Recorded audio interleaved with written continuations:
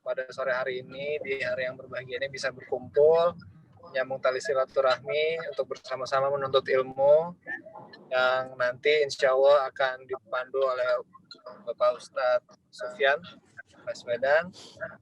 Alhamdulillah beliau sudah hadir di tengah-tengah kita. Hari ini Pak Ustadz dan anggota keluarga, saudara-saudara semua adalah yang kedua ya. Alhamdulillah Majelis Taklim Muharram ini telah berhasil, telah kita laksanakan pertama kali sekitar 1 bulan lebih yang lalu. Hari ini adalah hari yang kedua, kajian yang kedua Pak Ustadz.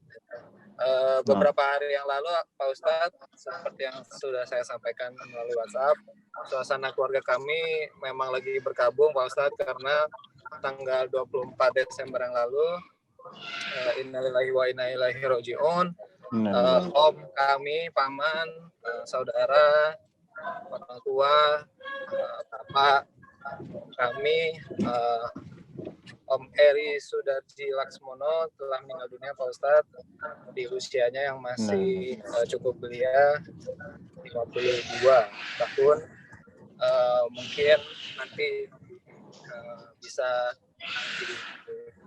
didoakan Pak Ustadz,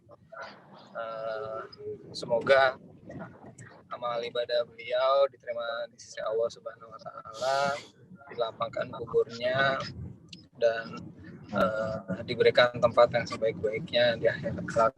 Amin ya rabbal alamin. Mungkin nanti Pak Ustadz juga bisa memberikan doa begitu ya Pak Ustadz ya, sebelum memulai kajian.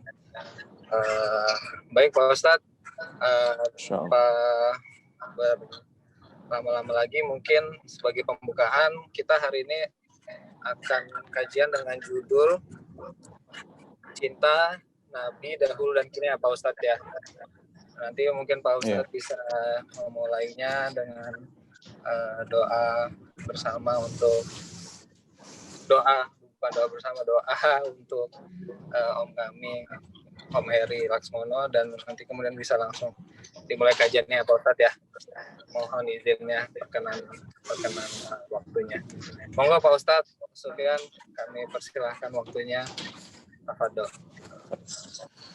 Bismillahirrahmanirrahim. Assalamualaikum warahmatullahi wabarakatuh. Alhamdulillahi ala ihsanih wa syukru lahu ala fadlihi wa amtinanih. Asyhadu an la ilaha illallah wahdahu la syarika lahu ta'ziman li sya'nih wa asyhadu anna Muhammadan abduhu wa rasuluhu ad-da'i ila ridwanih. Sallallahu alaihi wa ala alihi wa sahbihi wa ikhwanih. Amma ba'd. Barakallahu fikum. Peserta kajian keluarga Majelis Taklim Al-Muharram ya, yang dirahmati oleh Allah. Inna lillahi ma akhadha wa lahu ma a'ta wa kullu syai'in indahu bi ajalin musamma.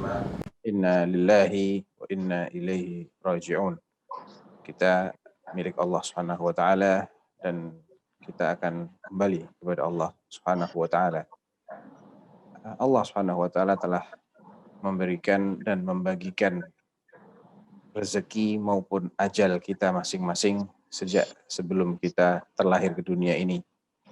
Dan kita sadar satu persatu akan mendatangi apa yang sudah ditakdirkan untuk kita, yaitu ajal kita masing-masing. Dan beberapa hari yang lalu salah seorang saudara kita, Bapak Eri, lebih dahulu memenuhi panggilan Allah Subhanahu wa taala. Maka kita doakan semoga almarhum Bapak Eri diberi husnul khatimah. Dan husnul khatimah, ikhwas sekalian, adalah manakala seorang muslim wafat di atas keislaman dan di atas sunnah Rasulullah Sallallahu Alaihi Wasallam. Ya, ini saya mukaddimah dulu sebelum saya doa ya. Saya mukaddimah sedikit. Al-Imam Ahmad bin Hanbal rahimahullahu ta'ala, imamnya Ahlus Sunnah wal Jamaah, pernah ditanya oleh salah seorang muridnya, man mata alal Islam, mata alal khair? Kalau ada orang yang mati sebagai muslim yang benar, di atas Islam yang benar, apakah berarti dia mati di atas kebaikan? Kata Imam Ahmad, uskut. Man mata 'alal islami was sunnah, mata 'alal khairi kulli. Gimana kamu ini? Siapa yang mati di atas Islam dan di atas sunnah Rasulullah, artinya dia di atas ajaran Rasulullah, bukan di atas bid'ah, bukan di atas ideologi yang menyimpang, maka dia mati di atas seluruh kebaikan. Ini puncaknya husnul khatimah. Begitu maksud Imam Ahmad.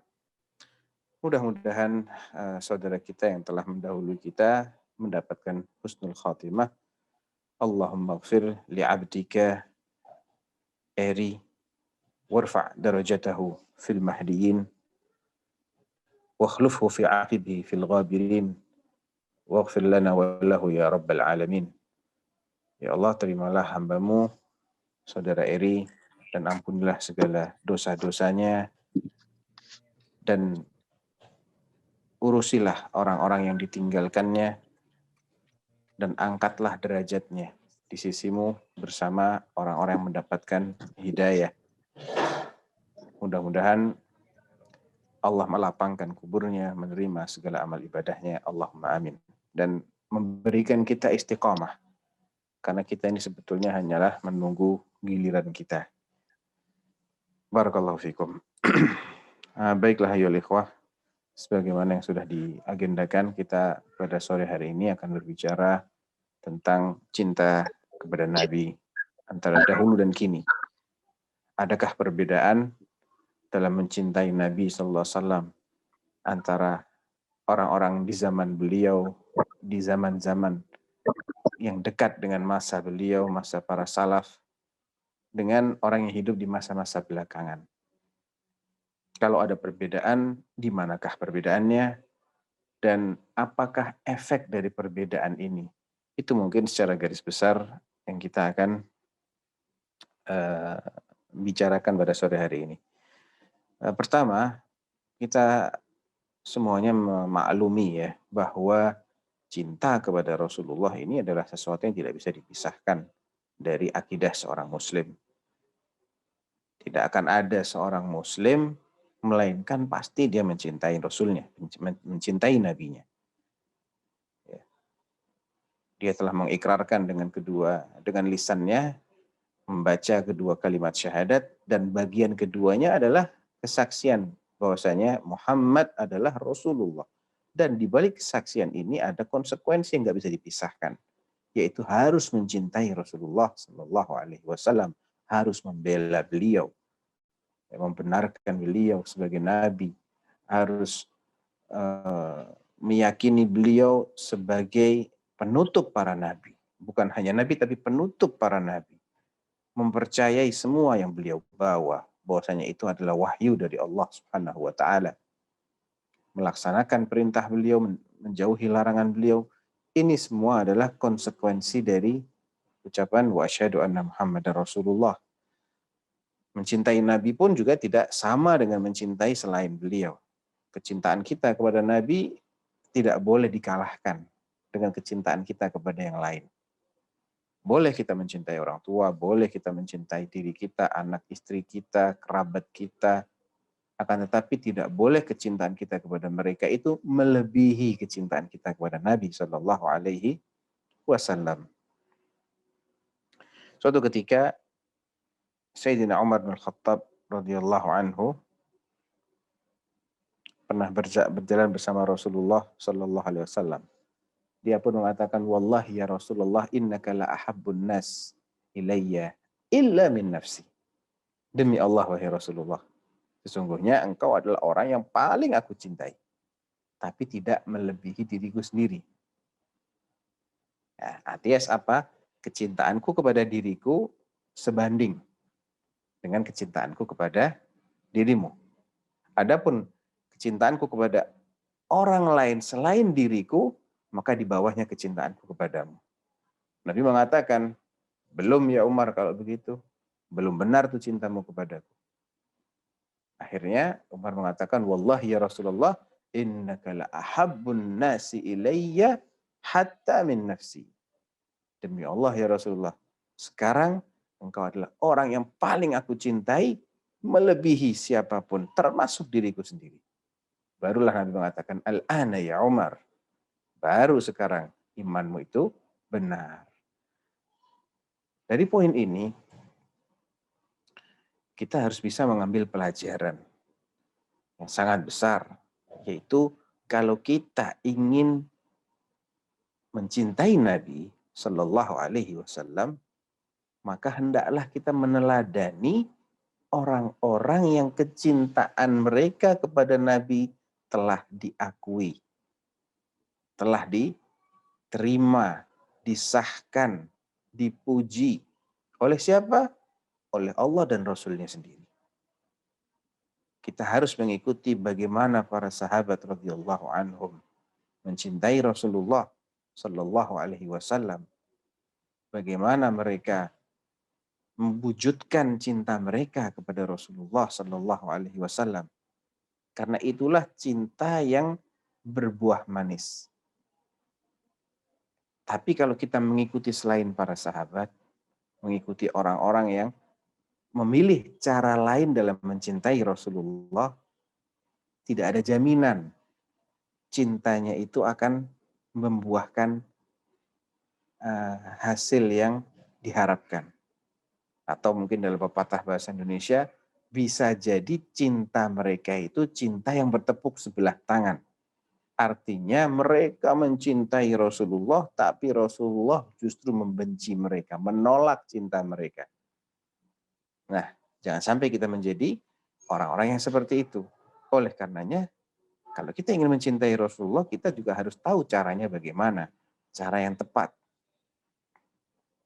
Sebentar ya.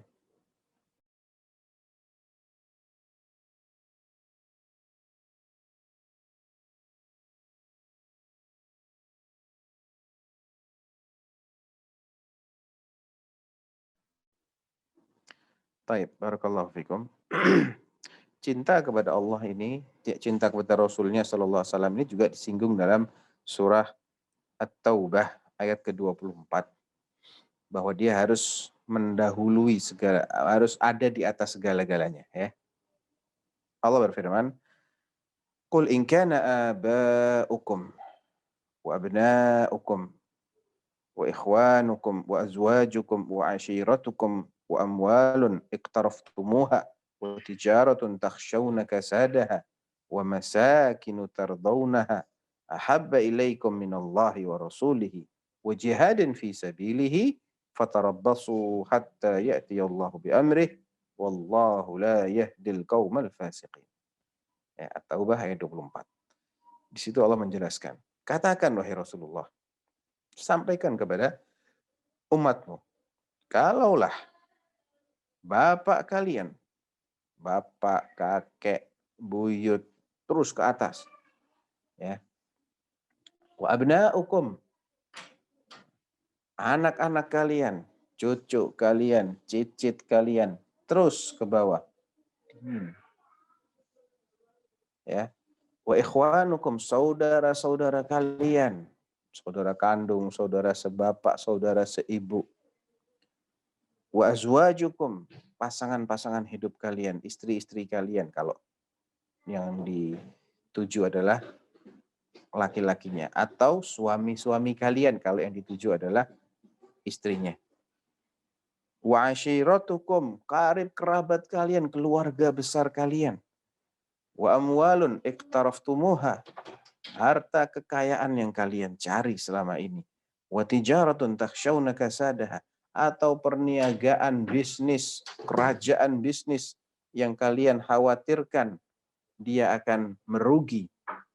Ahabba ilaikum, kalau semuanya itu lebih kalian cintai minallah, dari Allah, wa rasulihi wa jihadin fisabilihi, lebih kalian cintai daripada Allah, Rasulnya, dan berjihad di jalannya, fatarabbasu, maka tunggulah sampai Allah Subhanahu wa taala mendatangkan keputusannya. Innallaha la yahdil qaumal fasiqin, sesungguhnya Allah tidak memberikan kepada orang yang fasik. Bismillah.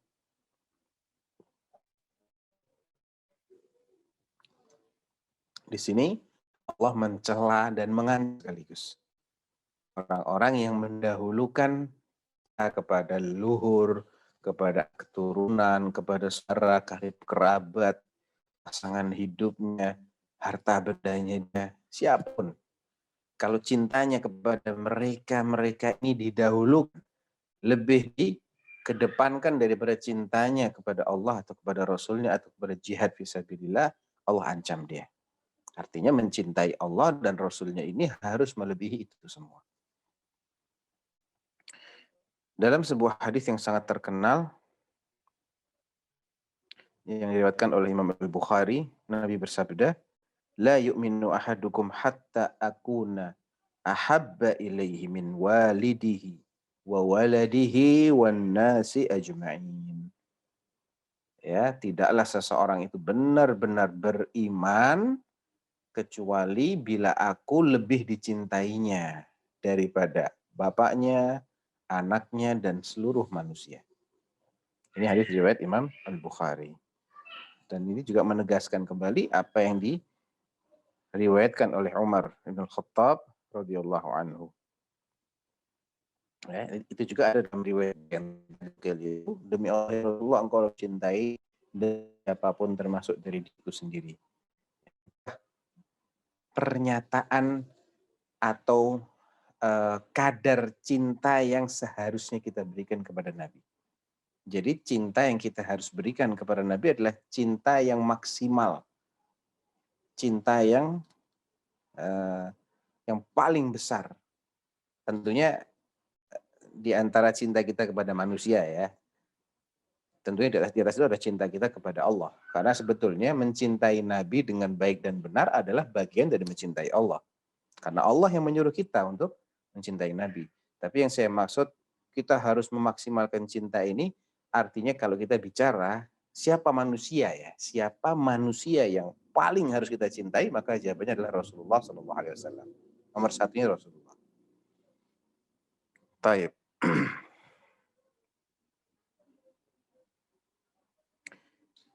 Ketika Ali bin Abi Thalib ditanya, seberapa besar sih cinta kalian kepada Rasulullah?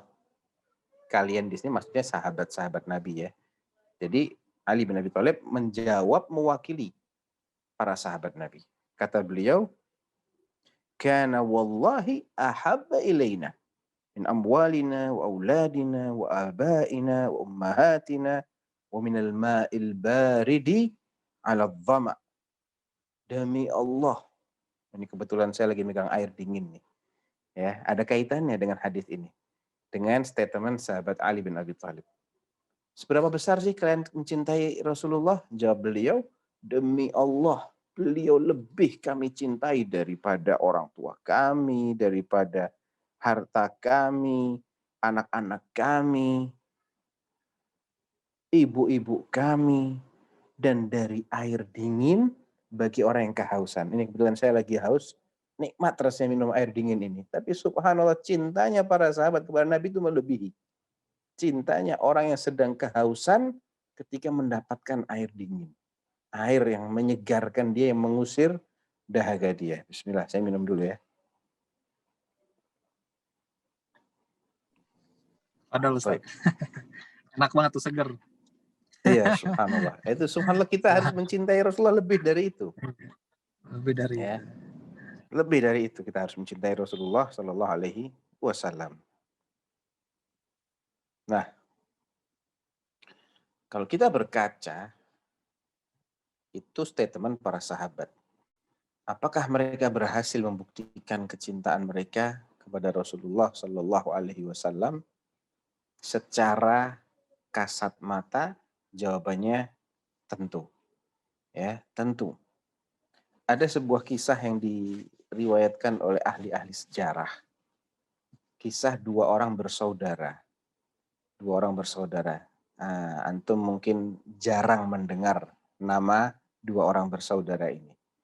Yang satu namanya Huwayyisah dan yang satu lagi namanya Muhayyisah. Agak mirip ya. Ada Huwayyisah dan ada Muhayyisah. Putra Mas'ud. Jadi Huwayyisah wa Muhayyisah ibnai Mas'ud. Saya lupa yang masuk Islam lebih dulu itu Huwayyisah atau Muhayyisah. Kan namanya mirip ya. Beberapa kali baca tapi kadang-kadang lupa lagi ini Huwayyisah atau Muhayyisah. Ala kulli hal salah satunya itu masuk Islam lebih dulu. Kebetulan saudaranya belum masuk Islam. Nah, suatu ketika Nabi Shallallahu Alaihi Wasallam pernah mengungkapkan kekesalannya kepada suku Yahudi, kalau nggak salah dari Bani Quraidah atau dari Bani Nadir, saya lupa juga. Salah satu suku Yahudi yang tinggal bersama kaum muslimin di Madinah itu ada yang sudah terang-terangan menistakan Rasulullah SAW, menghujat Rasulullah SAW. Sehingga Nabi mengatakan kepada para sahabatnya, kalau kalian bertemu dengan orang Yahudi dari suku atau Bani Quraidah, kalian boleh bunuh mereka. Karena mereka semuanya bersekongkol melanggar kesepakatan antara kita dengan mereka. Kesepakatannya adalah mereka tidak boleh menghina Islam, tidak boleh menghina Rasulullah, dan lain-lain. Kalau mereka melakukan itu, maka darah mereka tidak lagi terlindungi.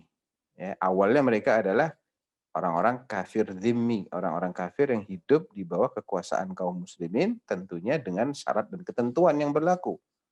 Nah, mereka telah melanggar itu. Sehingga perlindungan terhadap harta dan jiwa mereka pun otomatis menjadi batal, dan Nabi memberikan isyarat lampu hijau. Siapapun dari mereka yang kalian temui, kalian boleh bunuh. Nah, subhanallah, Huwayyisah dan Muhayyisah ibnu Mas'ud ini, dahulunya di waktu kecilnya, itu sering kali mendapat santunan dari seorang saudagar Yahudi. Namanya Ibnu Sunainah.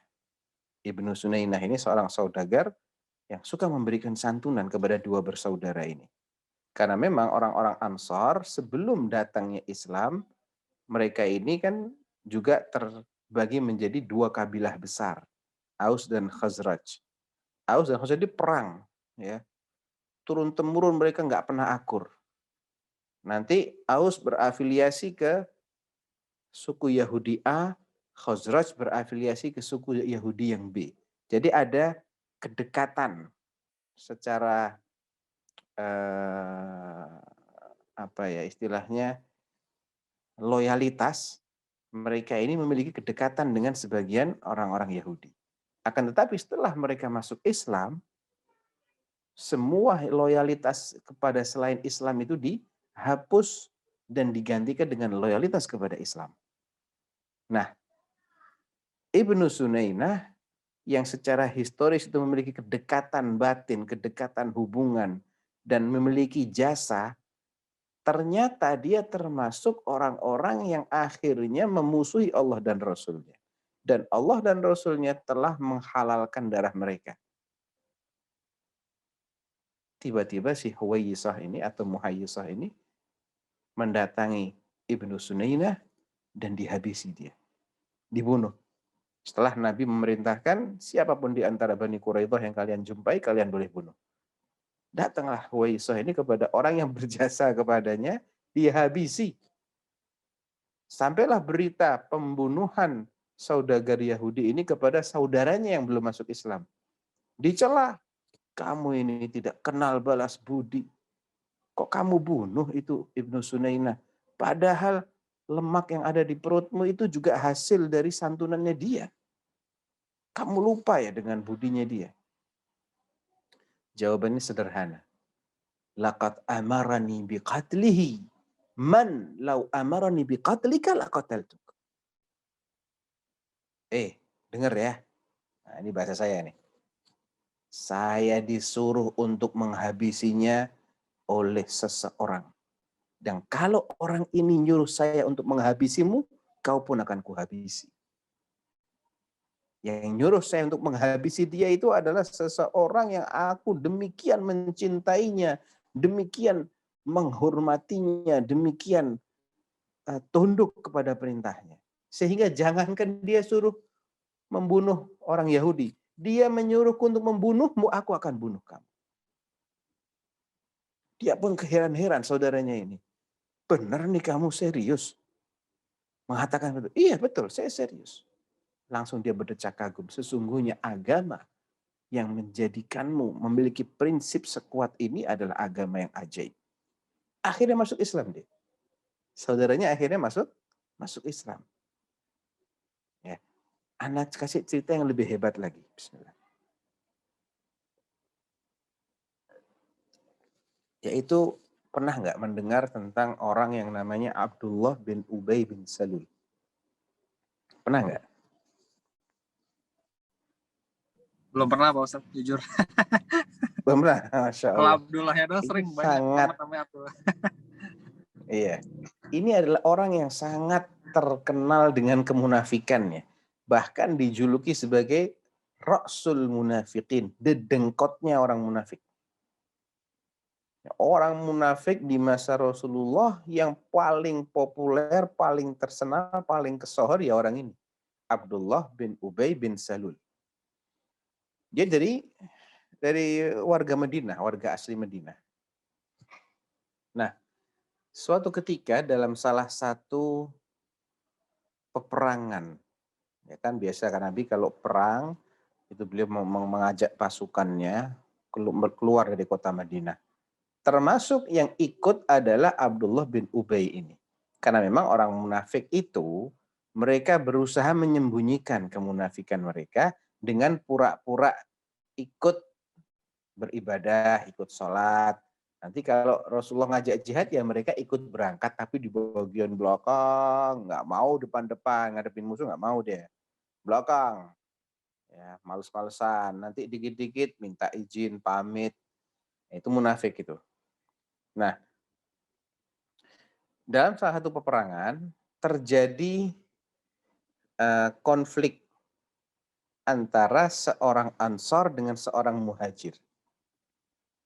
Satu orang dari kalangan Ansar dan satu orang dari kalangan Muhajirin.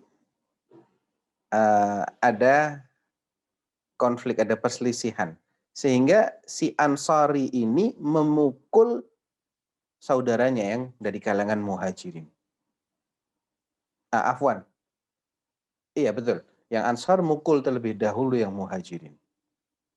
Kemudian yang Muhajirin teriak, ya lal Muhajirin.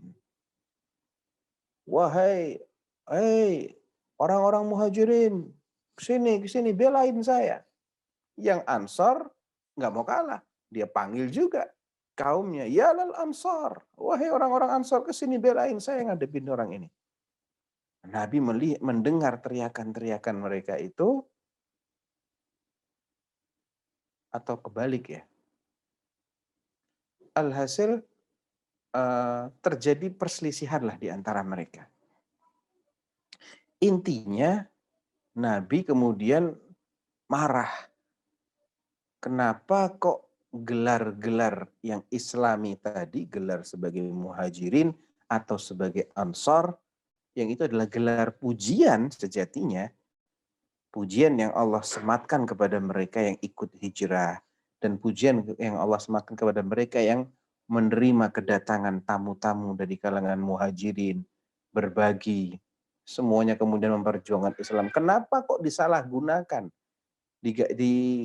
Dipakai untuk kepentingan fanatisme kesukuan. Nabi mengatakan, abida'u wal jahiliyah wa ana baina adhurikum da'uha fa innaha muntinatun.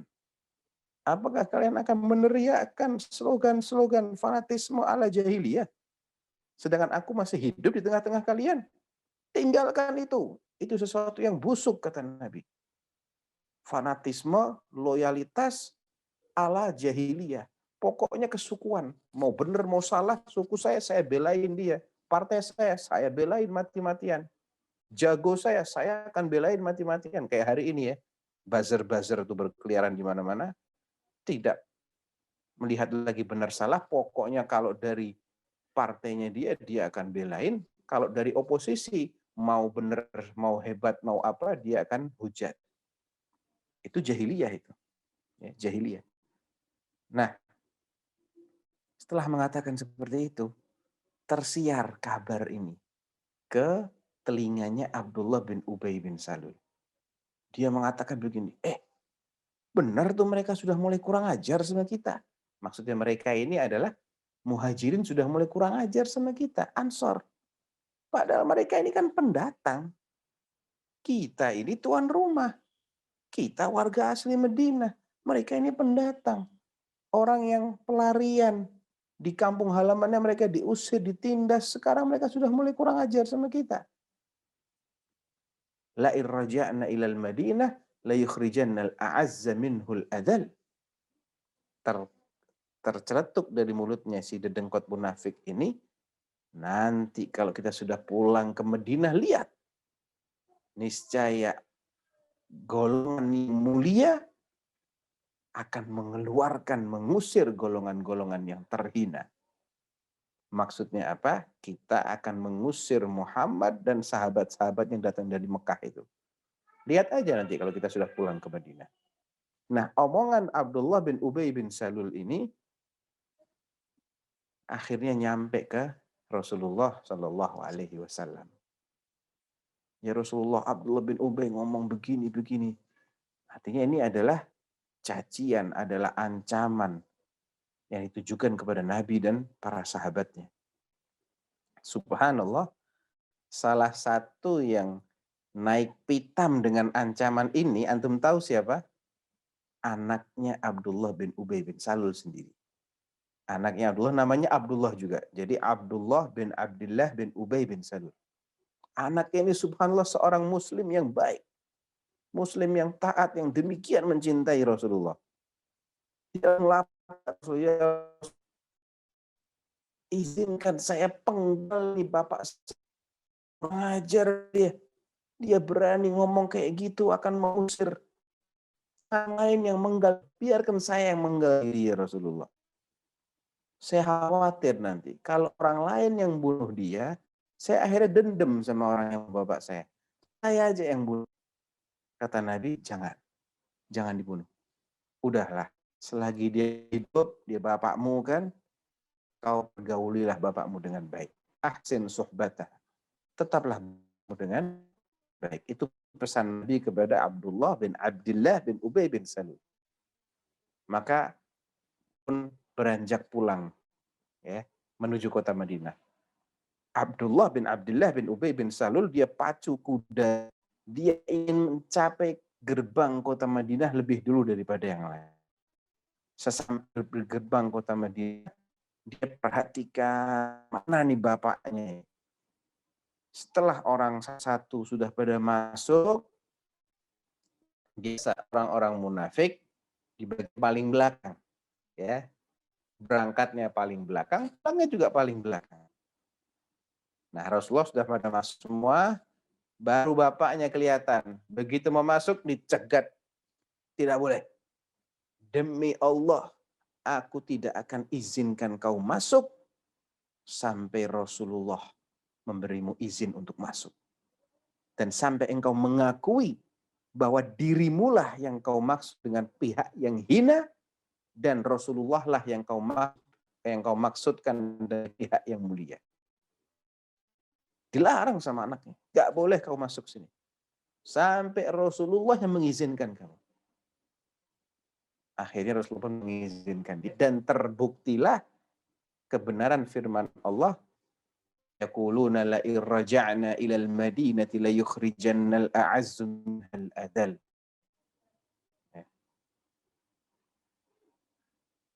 Walillahil izzatu walirasulihi walil mu'minin walakinnal munafiqina la yafqahun. Surat Al-Munafiqun itu Allah abadikan statementnya Abdullah bin Ubay bin Salul yang akhirnya mengenai dirinya sendiri.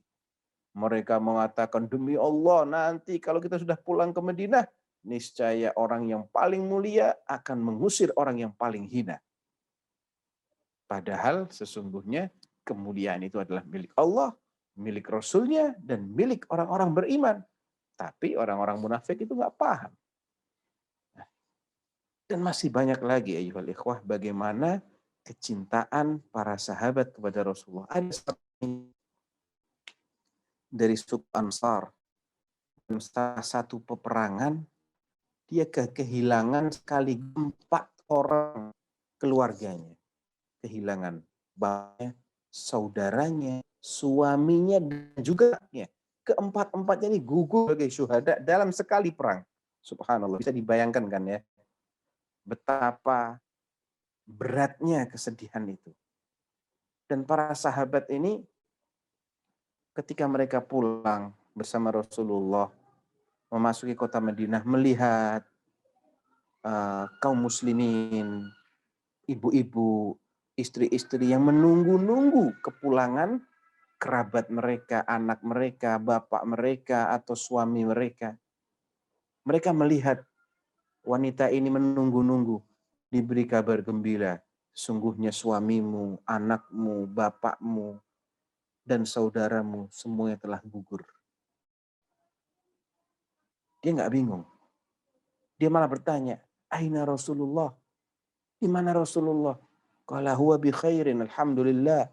Rasulullah itu baik-baik saja, alhamdulillah. Mana dia? Saya mau lihat dengan mata saya. Saya ingin lihat Rasulullah. Dilihat itu beliau. Lagi naik ontanya. Didatengin oleh si wanita ini dengan tergopoh-gopoh. Setelah dilihat Rasulullah, dia bersyukur kepada Allah. Dan dia mengatakan, kullu musibatin ba'daka jalal. Semua musibah, sehebat apapun musibah itu, yang penting engkau selamat, wahai Rasulullah. Ya, setelah keselamatanmu, semua musibah itu terasa ringan. Walaupun aku kehilangan suami, kehilangan anak, kehilangan saudara, dan kehilangan orang tua sekalipun, itu semuanya ringan bagiku. Yang penting engkau selamat, ya Rasulullah. Luar biasa kecintaannya. Dan subhanallah, sahabat itu tentunya yang paling mencintai Rasulullah adalah sahabat Abu Bakar As-Siddiq. Ya, yang paling luar biasa cintanya kepada Rasulullah di antara para sahabat adalah sahabat Abu Bakar As-Siddiq radhiyallahu taala anhu. Dan pengorbanan Abu Bakar ini diakui oleh Rasulullah. Sampai-sampai beliau mengatakan, "Ma nafa'ani malun mithla ma nafa'ani malu Abi Bakar." Tidak ada harta yang demikian bermanfaat bagiku seperti hartanya Abu Bakar. Ketika orang-orang pada pelit, tidak mau berpartisipasi dengan hartanya untuk dakwah, Abu Bakar belikan hartanya nggak pakai hitungan. Bahkan beliaulah yang dipilih oleh Rasulullah sebagai teman hijrahnya. Ketika Abu Bakar bersama Rasulullah hendak bermalam di dalam gua Thaur, ya, di gua Thaur, maka sebelum Rasulullah masuk, karena guanya itu hanya sempit dan banyak lubang-lubang di situ, maka Abu Bakar tidak mengizinkan Rasulullah untuk masuk kecuali setelah beliau periksa. Ya, dalam keadaan gelap gulita, tentunya gua bisa saja diisi oleh ular, oleh kalajengking, oleh binatang-binatang yang berbahaya. Namanya juga gua. Di padang pasir, di gurun, ya, maka Abu Bakar meraba-raba di setiap pojok, di setiap sudut celah itu, dan guanya jangan dibayangkan seperti gua di Indonesia ya. Enggak, sempit guanya itu. Hanya cekungan gitu ya. Dipakai untuk 2 orang, sudah sempit, sekedar untuk bermalam di situ. Beliau periksa, beliau dapatkan ada 3 lubang di gua itu. Ya, selain 3 lubang ini aman. Hanya ada 3 lubang di situ. Maka 1 lubang beliau ganjal dengan surbannya. Beliau lepas surbannya, beliau sumbat lubang itu dengan surbannya. Sehingga tidak ada binatang yang akan keluar dari situ. Adapun 2 lubang lagi, beliau ganjal dengan kedua kakinya. Ya. Setelah itu barulah beliau persilahkan, ya Rasulullah silahkan kau masuk. Maksudnya apa Abu Bakar begitu? Kalau nanti ada apa-apa, binatang ular atau kalajengking dan menyengat, jangan sampai nyengat Rasulullah. Nyengat kaki saya nggak apa-apa. Kalau saya mati, saya bukan siapa-siapa. Tapi kalau Rasulullah yang mati, beliau ini Rasul utusan Allah. Diperlukan oleh sekian banyak umat manusia. Ya. Barulah Kemudian Rasulullah dipersilahkan tidur di pangkuannya Abu Bakar. Qadarullah, ternyata betul. Ada binatang berbisa yang menyengat kakinya Abu Bakar radhiyallahu taala anhu. Abu Bakar merintih, kesakitan, menahan sakitnya sengatan hewan berbisa itu. Tapi dia tidak mau bersuara. Dia tahan rasa sakitnya itu karena Nabi tidur di pangkuannya. Kalau dia merintih, nanti Nabi bangun. Ditahan sama Abu Bakar. Akhirnya dia meneteskan air mata, jatuh ke pipinya Rasulullah. Langsung Rasulullah sadar. Ma yubkika ya Abu Bakar. Kau kenapa menangis Abu Bakar? Kata Abu Bakar, ini ada binatang berbisa yang menyengat kakiku, wahai Rasulullah. Akhirnya didoakan oleh Rasulullah, diruqyah dan sembuh. Ketika di perjalanan, setelah mereka meninggalkan gua, kadang-kadang Abu Bakar di depannya Rasulullah. Kadang di samping kanan, kadang di kiri, kadang di belakang. Gantian. Ya. Nabi sampai bingung, ya Abu Bakar, kau kenapa kok sekali waktu di depan, sekali di kanan, sekali di kiri, sekali di belakang. Ya. Abu Bakar tahu bahwasanya orang-orang Quraisy telah membuat sayembara, siapapun yang bisa menangkap Muhammad dan Abu Bakar, baginya 100 ekor unta. Abu Bakar tahu, saya pun berhayal, musuh ada di depanmu, maka saya maju ke depan. Sehingga kalau ada apa-apa, ada serangan, saya dulu yang mati ya Rasulullah. Jangan engkau. Saya juga berhayal musuh pindah di sebelah kanan, saya beralih ke kanan, ke kiri, dan ke belakang. Dan Nabi SAW tidak pernah melupakan jasanya Abu Bakar ini. Ya. Beliau pun sangat mencintai sahabatnya yang satu ini, dan luar biasa Abu Bakar ini, subhanallah. Suatu ketika, Abu Bakar ini kan mertuanya Rasulullah. Ya. Mertuanya Rasulullah. Sebagaimana Umar juga mertuanya Rasulullah. Aisyah putrinya adalah istri Rasulullah SAW. Hafsah putri Umar adalah istri Rasulullah SAW. Suatu ketika, sebagaimana diriwayatkan oleh As-Sahihain, Abu Bakar pernah datang ke rumahnya Rasulullah SAW, dan ketika itu beliau mendengar putrinya sedang jerat-jerit, marah di depan Rasulullah, mengangkat suaranya. Abu Bakar minta izin. Setelah dikasih izin, dia masuk, dia ngamuk-ngamuk sama putrinya. Dia marah-marahin nih putrinya. Kamu ini kurang ajar, berani-beraninya kau angkat suaramu di depan Rasulullah. Ya, sudah mau dipukul itu Aisyah sama Abu Bakar. Sama Nabi dihalang-halangi. Jangan dipukul. Akhirnya Abu Bakar pun mereda marahnya. Setelah itu dia pamit. Ya, sudah pulang, Nabi bilang sama Aisyah, Ara'aiti kaifa hultu ana bainaki wa bainas syekh? Lihat nggak barusan? Aku yang lindungin kamu loh dari Pak Tua itu. Kamu sudah mau dipukul sama Pak Tua, maksudnya bapaknya sendiri. Tapi aku yang ngelindungin kamu. Akhirnya mereka pun ketawa-ketawa lagi, cekikikan lagi. Ya, Rasulullah sama Aisyah sudah damai lagi, sudah ketawa ketiwi. Abu Bakar datang lagi. Tuh, kok sekarang sudah ketawa ketiwi ini? Dia masuk lagi minta izin, ya Rasulullah, saya mau masuk. Ya silahkan kau masuk. Langsung dia bilang, asyrikani fi silmikuma kama asyraktumani fi harbikuma. Saya juga mau dong diajak ikut berdamai. Kan tadi saya juga sudah ikut perang dalam rangka dalam keributan kalian berdua. Saya juga mau ikut dong dalam perdamaian kalian berdua. Ya. Ini beberapa bagian ya dari mawakif atau peristiwa-peristiwa yang menunjukkan bagaimana para sahabat itu mencintai Rasulullah Shallallahu Alaihi Wasallam dengan sepenuh hatinya. Apapun mereka akan korbankan. Nah, ada kalanya cinta mereka ini secara naluri benar, tapi secara syar'i keliru, dan Nabi SAW langsung mengoreksi. Nabi langsung mengoreksi. Ketika ada potensi-potensi kecintaan itu mulai keluar dari jalur yang benar, Nabi bersikap tegas di situ. Suatu ketika ada sahabat, kalau nggak salah Miqdad ibn al-Aswad atau yang lain ya, saya lupa sahabatnya, atau Mu'ad bin Jabal. Beliau pernah melihat bagaimana umat-umat lainnya itu demikian menghormati para pemimpin mereka. Orang Persia menghormati rajanya, orang Romawi menghormati kaisarnya. Ada di antaranya yang sampai sujud dalam rangka menghormati. Maka sepulangnya orang ini ke Madinah, ketemu Rasulullah, dia tiba-tiba sujud. Loh, kamu kenapa kok tiba-tiba sujud seperti ini? Ya Rasulullah, aku melihat orang-orang Persia sujud kepada raja mereka. Orang Romawi juga begitu. Engkau lebih mulia daripada raja-raja mereka. Maka menurutku engkau lebih pantas kalau aku sujud kepadamu. Kata Nabi, la taf'al. Jangan ya.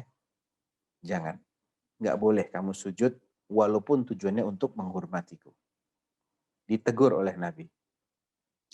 Demikian pula, Nabi juga tidak mengizinkan ada kecintaan yang kemudian berbau mistik, berbau khurafat. Pernah suatu ketika putra Rasulullah Shallallahu Alaihi Wasallam yang namanya Ibrahim. Jadi beliau ini sempat dikaruniai anak dari budaknya yang bernama Maryah Al-Qibtiyah. Maryah Al-Qibtiyah ini adalah budak wanita hadiah dari penguasa Mesir yang namanya Muqawqis. Muqawqis ini adalah salah satu penguasa Mesir yang disurati oleh Rasulullah, diajak masuk Islam, tapi dia menolak dengan cara yang baik. Dia tidak mau masuk Islam, tapi dia kirimkan hadiah. Di antaranya ada 2 orang sahaya wanita. Ada 2 ekor keledai untuk tunggangan, ada perhiasan dan macam-macam. Dikirim. Saya nggak masuk Islam, tapi ini hadiah dari saya untuk Muhammad. Ya. Diterima. Maryah ini kemudian dijadikan budaknya Rasulullah. Adapun yang satu lagi diberikan kepada Hasan bin Thabit, penyairnya Rasulullah SAW. Dari Maryah ini Nabi dikaruniai putra namanya Ibrahim. Qadarullah Ibrahim ini meninggal masih bayi. Kalau nggak salah umurnya sekitar 3 tahunan gitu ya. Bayangkan tuh anak 3 tahun tuh kan lucu-lucunya. Anak 3 tahun lucu-lucunya meninggal. Dan Nabi ini sudah bolak-balik kehilangan anak, terutama yang laki. Semuanya meninggal masih kecil. Al-Qasim, Abdullah, At-Tahir, At-Tayyib, ya, termasuk Ibrahim.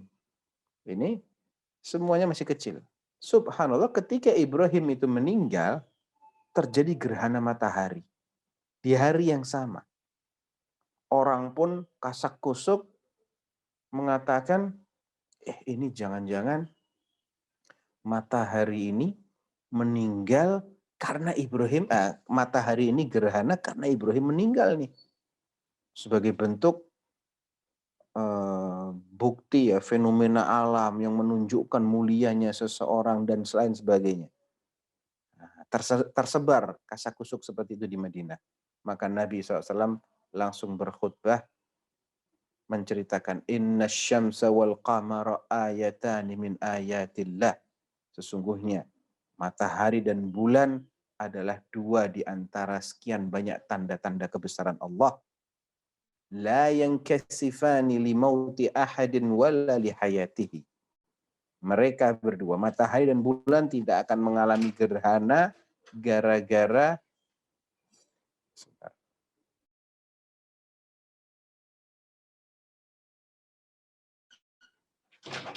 mereka tidak mengalami gerhana karena lahirnya seseorang atau wafatnya seseorang.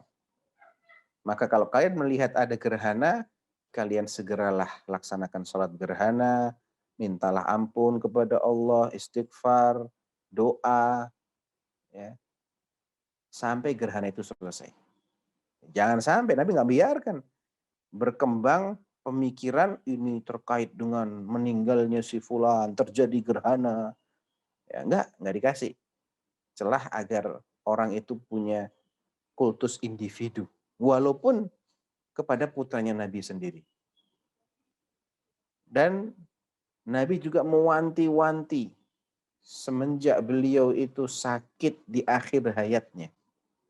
Berulang kali Nabi memperingatkan umatnya, jangan sampai mereka memperlakukan kuburan beliau, kuburan Nabi Shallallahu Alaihi Wasallam itu sebagaimana orang-orang Yahudi, orang-orang Nasara memperlakukan kuburan nabi-nabi dan orang-orang soleh mereka. Ya, ketika beliau sakit menjelang matinya beliau, menjelang wafatnya beliau, ada dua orang istri beliau, Ummu Salamah dan Ummu Habibah radhiyallahu taala anhuma. Keduanya ini pernah hijrah ke Habasyah. Artinya sebelum akhirnya hijrah ke Madinah, mereka dulu termasuk muhajirin yang hijrah ke Habasyah. Habasyah itu Ethiopia hari ini. Dan Ethiopia itu dikuasai oleh orang-orang Nasara. Walaupun akhirnya raja mereka itu masuk Islam. Raja Najasyi namanya. Itu masuk Islam, tapi dia merahasiakan keislamannya. Karena semua sekelilingnya masih Nasrani semua, Nasrani fanatik. Nah, kedua istri Nabi itu pernah menyaksikan gereja-gereja di negeri Habasyah sana. Di dalam gereja itu ada gambar-gambar, ada lukisan-lukisan. Kira-kira lukisan siapa di gereja? Ya lukisan Bunda Maria, lukisannya Yesus, ya, orang-orang yang mereka anggap sebagai orang-orang soleh mereka. Nabi-nabi mereka. Itu yang mereka saksikan dalam gereja-gereja di Habasyah. Mereka berdua ini, istri Nabi ini nostalgia cerita-cerita lagi. Nabi dengar dalam keadaan sakit ini. Nabi bilang apa? Ya, ulaiki idza mata fihimur rajulus salih banau ala qabrihi masjidan wa sawwaru fihi tilka tasawir ulaiki syirarul khalqi indallah. Mereka itu, istri-istriku, mereka itu orang-orang Nasara yang kau lihat di negeri Habasyah itu punya kebiasaan yang sangat buruk dan sangat dibenci oleh Allah. Apa? Yaitu apabila ada orang soleh di antara mereka yang mati, mereka bangunkan tempat ibadah di atas kuburnya dan mereka lukis lukisan-lukisan tersebut, lukisan orang-orang soleh itu. Mereka lah sejelek-jelek manusia di hadapan Allah, di mata Allah. Sejahat-jahat manusia adalah orang-orang yang membangun tempat ibadah di atas kuburan dan menggambar orang-orang soleh yang sudah mati. Walaupun tujuannya sebagai luapan kecintaan, luapan penghormatan, tapi Nabi tidak memberikan kesempatan sedikit pun diri beliau diperlakukan seperti itu, apalagi selain beliau. Ya. Bahkan di akhir-akhir hayatnya, sekian hari menjelang beliau wafat, beliau pernah siuman. Awalnya beliau ini setengah sadar, ya, saking panasnya, demamnya tinggi sekali, 2 kalinya demamnya orang normal. Ya. Ketika itu beliau mengatakan, la'anallahul yahuda wan nasara ittakhadhu qubur anbiya'ihim wa salihihim masajid. Semoga Allah melaknat orang-orang Yahudi dan orang-orang Nasara karena mereka menjadikan kuburan nabi-nabi mereka dan orang-orang saleh mereka sebagai tempat-tempat ibadah. Ala la taj'alu qabri masjidah fa inni anhaakum an dzalik. Ingat ya, jangan kalian jadikan kuburku sebagai tempat ibadah. Karena aku melarang kalian melakukan itu. Nah, sekarang kita korelasikan dengan cara orang-orang sekarang mencintai Rasulullah. Subhanallah, kita menyaksikan apa yang sejatinya sangat dibenci oleh Rasulullah, sangat dilarang oleh Rasulullah, justru mereka jadikan sebagai ritual wajib. Dan celakanya lagi, yang mereka perlakukan dengan pengultusan itu bukan Rasulullahnya, tapi orang-orang yang diklaim sebagai keturunan Rasulullah, anak cucu Rasulullah. Seandainya pun benar itu anak cucu Rasulullah, maka bukan dengan cara seperti itu mencintai Rasulullah. Bukan dengan cara seperti itu kita menghormati keluarga Rasulullah. itu justru dibenci, dilarang oleh Rasulullah Shallallahu Alaihi Wasallam.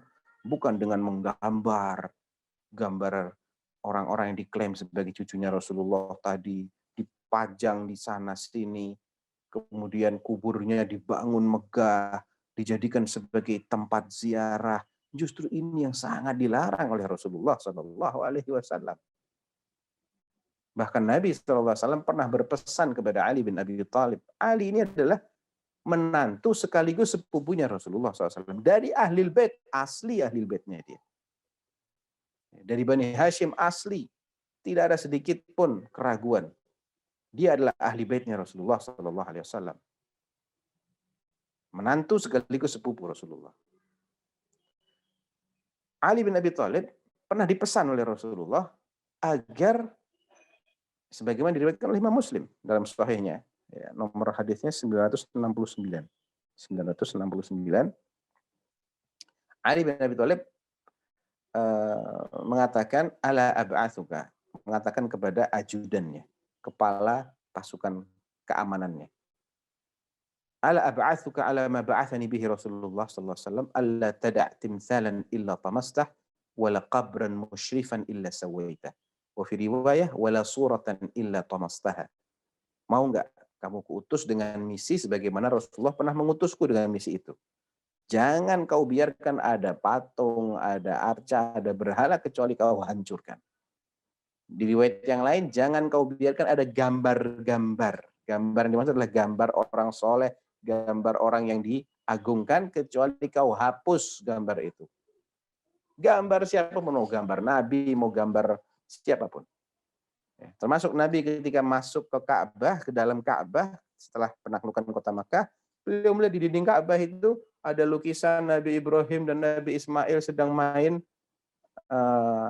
gambling, mengundi-ngundi dengan anak panah, sebagaimana tradisi orang jahiliyah. Nabi murka, dan Nabi katakan bohong mereka, keduanya tidak pernah melakukan perbuatan itu. Hapus, dihapus sama Rasulullah. Nah, Ali juga pernah dipesan oleh Nabi, jangan kau biarkan ada gambar-gambar seperti itu kecuali kau hapus, dan jangan kau biarkan ada kuburan yang ditinggikan, melainkan kau ratakan dengan tanah.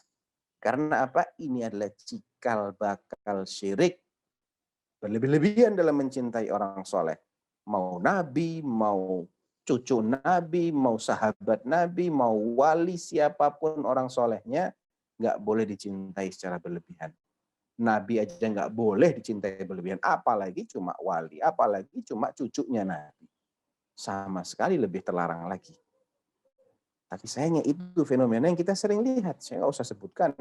Antum bisa mendapatkan ini di mana-mana. Bahkan dari kalangan mereka yang menyatakan dirinya sebagai ahli bait, sebagai cucu Nabi, itu banyak yang justru melanggar pesan-pesan sakral Rasulullah di akhir hayatnya.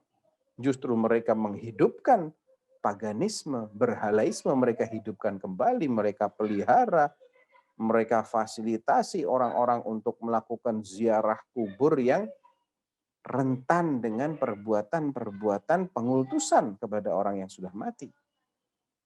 Saya kebetulan tinggal di daerah yang menjadi sentranya itu, di Solo. Kampung saya ini sentra. Alhamdulillah karena pandemi nggak ada perayaan yang dikenal dengan istilah haul tadi. Biasanya tiap tahun, di bulan Desember atau ya Desember ini, pasti orang dari berbagai macam daerah datang ke situ, ngalap berkah di kuburan. Na'udzubillah.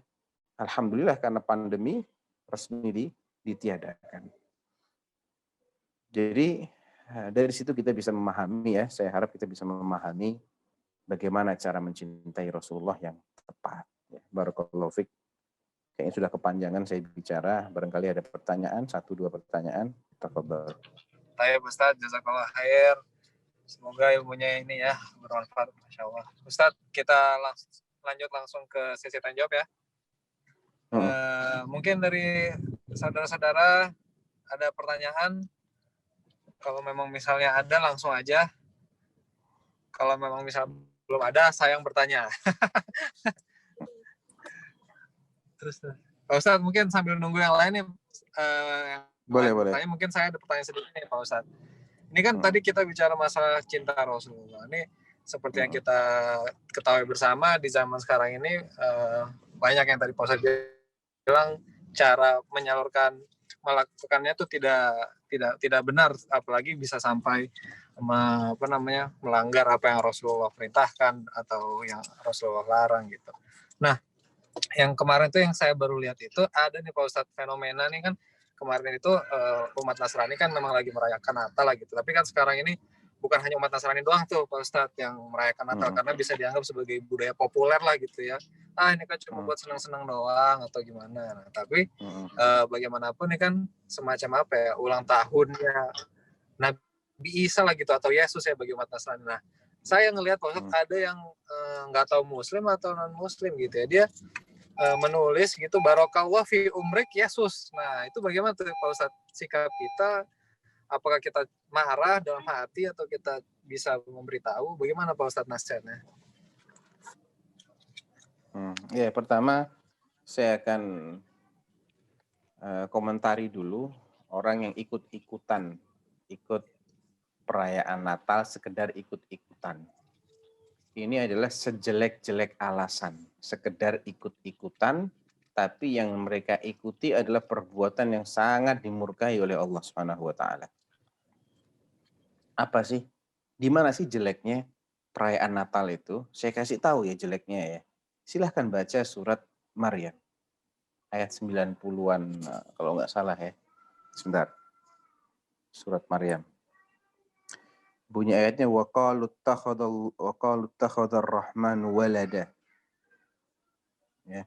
Mereka mengatakan Allah Ar-Rahman punya anak, ngambil anak. Ya. Laqad ji'tum syai'an idda. Maryam ayat 88 mulainya. Mereka mengatakan Allah Ar-Rahman punya anak. Apa jawaban Allah? Laqad ji'tum syai'an idda. Ayat berikutnya menjelaskan, sungguh kalian telah mengucapkan perkataan yang sangat mungkar luar biasa ini. Kalau kalian mengatakan Allah punya anak, itu perkataan yang sangat mungkar. Laqad ji'tum syai'an idda. Saking mungkarnya, itu ayat 89 ya. Ayat 90 menjelaskan, takadus samawatu yatafattarna minhu wa tanshaqqul ardu wa takhirrul jibalu hadda. Hampir saja langit-langit ya terpecah dan bumi terbelah dan gunung-gunung roboh. Saking murkanya mereka dengan klaim orang-orang Nasara yang mengatakan Allah punya anak. Yang notabene menurut mereka anaknya ya Yesus. Jadi mereka ini merayakan kelahiran Yesus sebagai nabi, bukan sebagai anak Allah. Kok ada ya orang ngaku muslim mengucapkan dengan santainya selamat merayakan Natal. Saya hanya bisa mengatakan innalillahi wa inna ilaihi raji'un. Saking, mohon maaf ya, saya agak keras kalau sudah bicara akidah ini ya. Saya nggak bisa lunak, Mas. Tolong difahami ya. Ya Pak Ustadz. Ya, saking gobloknya mereka mengatakan ucapan selamat Natal. Goblok. Goblok dan mungkar lagi ucapannya. Saking nggak ngertinya dia tentang Islam, nggak kenalnya dia dengan Allah, saking nggak ngertinya dia apa yang menjadikan Allah murka, dia justru katakan selamat Natal. Subhanallah. Padahal Natal itu adalah hari yang menurut mereka, orang-orang Kristen, adalah hari lahirnya Yesus. Sebagai anak Allah, bukan sebagai nabi. Mereka tidak pernah mengimani Yesus sebagai nabi, tidak. Mereka mengimani Yesus sebagai anaknya Allah. Ya. Laqad ji'tum syai'an takadu samawati yatafattarna minhu wa tanshaqqul ardu wa takhirrul jibalu hadda an da'u lirrahmani walada. Itu semua langit yang hampir roboh itu. Langit yang hampir terpecah, bumi yang hampir terbelah, dan gunung-gunung yang hampir hancur berkeping-keping itu gara-gara mereka mengklaim Allah punya anak. Wa ma yanbaghi lirrahmani an yattakhidha walada. Padahal tidak mungkin Allah punya anak. ada syubhat berkembang. Ya, ada ulama-ulama ulama-ulama yang jahat menyebarkan syubhat. Syubhatnya apa? Itu kan cuma ucapan. Yang penting hati kita tidak meyakini kalau Allah punya anak. Nah, ini adalah kebodohan kedua. Kalau Anda mengucapkan selamat, itu berarti Anda mengakui. Kalau Anda tidak mengakui, Anda tidak mengucapkan selamat. Misalnya nih ada orang dilantik, ya, dilantik sebagai gubernur. Nah, terus ada orang datang, selamat ya Bapak terpilih menjadi gubernur. Berarti dia mengakui, ini gubernur. Demikian juga orang yang mengatakan selamat merayakan Natal. Dan Natal itu adalah hari kelahirannya Yesus yang menurut mereka sebagai anak Allah. Dan diyakini lahirnya tanggal 25 Desember oleh mereka. Ini pun juga batil. Secara tinjauan hukum syar'i ini batil. Karena lahirnya Yesus alias Nabi Isa yang kita yakini itu bukan di bulan Desember. Mustahil beliau lahir di bulan Desember. Kenapa? Baca aja surat Maryam. Maryam itu kan ibundanya Nabi Isa. Bagaimana proses kelahirannya dijelaskan sama Allah di surat Maryam. Cukup detail Allah menjelaskan. Di antaranya adalah fa'aja'ahal makhadu ila jid'in nakhlah. Maka rasa sakit mau melahirkan itu menjadikan Maryam ini bersandar di batang pohon kurma. Ya. Qalat ya laitani mittu qabla hadza wa kuntu nasyan mansiyya. Sampai pun dia berangan-angan, andai saja aku sudah mati sebelum ini ya, menjadi orang yang terlupakan. Fanadaha min tahtiha alla tahzani qad ja'ala rabbuki tahtaki sariyya. Ada suara yang memanggilnya dari arah barat, dari arah bawah yang mengatakan engkau jangan bersedih. Sesungguhnya Tuhanmu telah menciptakan mata air di bawah kakimu. Ada air yang bisa kau minum. Apa kata Allah kemudian? Wa huzzi ilaiki bi jid'in nakhlah. Dan goyangkanlah ya, sambil engkau bersandar itu, goyangkanlah pohon kurma itu, niscaya dia akan menjatuhkan untukmu buah-buah kurma yang setengah matang. Rutoban. Tusaqit alaiki rutoban janiyya. Pohon kurma dari zaman dulu sampai hari ini tidak mungkin berbuah di musim dingin. Yang namanya pohon kurma itu berbuahnya hanya di musim panas. Dan dari dulu sampai sekarang musim tanggal 25 Desember di tempat kelahirannya Isa alaihi salatu wassalam, tempat kelahirannya itu di daerah di Palestina sana, di Baitul Maqdis atau tepatnya di kota Jericho ya. Kalau antum pernah dengar di tepi barat itu ada kota Jericho.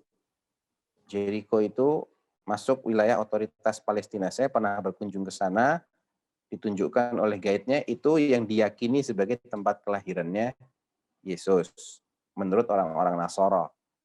Ya, jadi tempat itu kalau tanggal 25 Desember nggak mungkin ada kurma yang buah. Mustahil. Karena itu musim dingin, bahkan termasuk puncak-puncak musim dingin. Nggak geser tuh, 25 Desember tuh dimanapun, bukan dimanapun ya, 25 Desember di daerah Palestina itu pasti musim dingin, nggak ada pohon kurma berbuah. Sehingga meyakini kelahiran Nabi Isa di tanggal 25 Desember adalah keyakinan yang batil. Kok ini diucapin selamat? Yang jelas ini adalah perkataan yang mengandung dari satu sisi, kalau dia tidak percaya, berarti dia telah berlaku munafik. Atau kalau sampai dia percaya, berarti dia mendustakan ayat-ayat yang tadi telah saya sebutkan. Barakallahu fi umri Yesus. Ini juga perkataan mungkar. Yang dimaksud dengan Yesusnya mereka ini kan bukan Yesus yang kita yakini. Nah, Yesusnya mereka itu anak Allah. Itu batil. Dan mereka meyakini Yesus dibunuh. Kita enggak. Wa ma qataluhu wa ma salabuhu walakin syubbiha lahum. Mereka meyakini Yesus itu mati di tiang salib. Itu batilnya lagi, kebatilannya banyak sekali. Yesus diklaim sebagai anak Allah, Yesus diklaim lahir tanggal 25 Desember, Yesus diklaim mati di tiang salib. Ini semua kebatilan. kita tidak pernah meyakini sedikit pun yang seperti itu. Makanya kita tidak boleh mengucapkan selamat. Nah, Pak Ustadz, berarti memang dari zamannya ketika Rasulullah SAW masih hidup pun memang beliau nggak pernah tuh ya namanya merayakan atau mengenang Nabi Isa dengan cara-cara sekarang ya Pak Ustadz. Udah dilarang. sama sekali Pak dilarang. Ustadz. Pak Ustadz. Antum lagi nyetir ya, Masya Allah. Istri saya Pak Ustadz yang nyetir. Oh, gantian. istri ya. Karena saya jadi moderator. Mungkin dari ini yang lain, Tante Riri, Tante Lila. Saya mau tanya. Oh Martin, boleh nih Tante Lila. Iya. Ustadz. Silakan. Waalaikumsalam warahmatullahi wabarakatuh. Tanya masih nyambung yang pertanyaan dari Fardan. Jadi hukumnya buat kita yang misalnya ada yang masih mengucapkan itu, jadi apa? Kemarin ada yang bilang gini, kalau mengucapkan Natal bisa mengeluarkan termasuk syirik yang bisa membatalkan keislaman. Apakah sampai segitunya? Pertanyaan pertama. Terus pertanyaan kedua mengenai cinta Rasul lagi, banyak orang yang kita lihat tadi kan Ustaz udah bilang apa namanya ya cinta Rasul itu berarti kan ya mengikuti sunnah gitu, tidak itu bid'ah, cuman ada orang-orang yang kita lihat cinta Rasul terus sibuk dengan sholawat gitu yang ternyata tidak ada dalilnya. Nah, kenapa mereka bisa sampai terjebak ke situ dan bagaimana caranya biar kita bisa menguatkan iman nggak sampai terjebak juga gitu. Terima kasih Ustaz. Baik, barakallahu fiik. Ya, jawabannya pertama ucapan selamat Natal atau selamat Paskah atau selamat Waisak atau selamat apapun yang berkaitan dengan hari raya orang kafir, sebagian ulama mengkategorikannya sebagai kekufuran, Bu. Memang Ibnul Qayyim rahimahullah pernah mengatakan seandainya pun orang yang memberikan ucapan selamat kepada orang-orang non-muslim pada hari raya mereka terkait dengan perayaan agama mereka, seandainya pun si muslim yang mengucapkan selamat ini tidak sampai terjerumus dalam kekufuran, maka sejatinya dia telah mengucapkan kata-kata yang dosanya lebih besar daripada orang yang memberi selamat kepada pezina, kepada pembunuh, kepada pejudi, kepada pemabuk. Orang habis zina, selamat ya Anda telah berzina. Selamat ya Anda telah berjudi. Selamat ya Anda telah membunuh orang. Ucapan selamat Natal itu lebih besar dosanya daripada selamat Anda telah berzina. Kenapa? Karena zina, perjudian, pembunuhan, minuman keras, itu tidak sampai ke tingkat kufur. Itu masuk level dosa besar. Tapi kalau ucapan selamat Natal, seperti tadi, selamat atas kelahiran orang yang diklaim sebagai anaknya Allah. Ini kufur. Oleh karena itu ucapan ini lebih besar dosanya. Seandainya pun dia nggak sampai ke level kufur, maka dia lebih besar daripada dosa orang yang mengatakan selamat mabok, selamat judi, dan semisalnya. Jadi, apalagi kalau dibarengi dengan keyakinan. Kata-kata itu muncul dan hati dia merestui perayaan-perayaan seperti ini. Meridhoi, maka itu kufur. Ya, itu berarti dia meridhoi kekufuran. Meridhoi kekufuran adalah kekafiran itu sendiri. Tidak boleh seorang muslim, tidak mungkin ada dalam hati seorang muslim perasaan ridho terhadap fenomena syirik atau fenomena kufur. Maksiat aja kita nggak boleh ridho kok. Maksiat itu kita harus benci dalam hati. Kita harus ingkari dalam hati. Apalagi kekufuran. Apalagi kemusyrikan. Dan pasti ritual hari raya orang kafir mengandung kekufuran. Pasti nggak bisa dipisahkan.